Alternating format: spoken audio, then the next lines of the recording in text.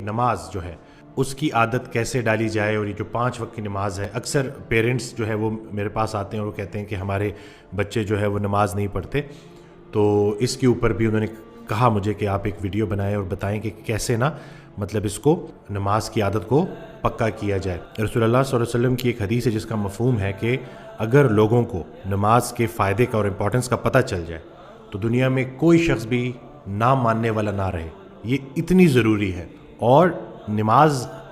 دراصل اللہ کی یاد ہے۔ ہم جب یہ روزمرہ کے کاموں میں بھاگ دوڑ میں ہوتے ہیں تو اس بھاگ دوڑ میں کہیں ہم اللہ کو بھول نہ جائیں، زندگی دینے والے کو بھول نہ جائیں۔ اس کو یاد رکھنے کے لیے صبح اٹھے، فجر پڑھی، فجر پڑھنے کے بعد اپنے کام شروع کیے، مصروفیات میں بزی رہے، پھر ظہر کا ٹائم آ گیا، پھر نماز پڑھی، پھر اللہ کو یاد کیا، پھر ظہر سے عصر تک اللہ کو یاد رکھا، پھر جیسی عصر آئی عصر پڑھی، پھر سے اللہ کی یاد تازہ ہوئی،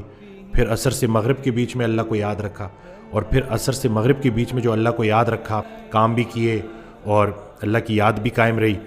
پھر جب مغرب آئی تو مغرب میں پھر وہ یاد تازہ کر لی، پھر عشاء پڑھی اور عشاء کے بعد باوضو سو گئے۔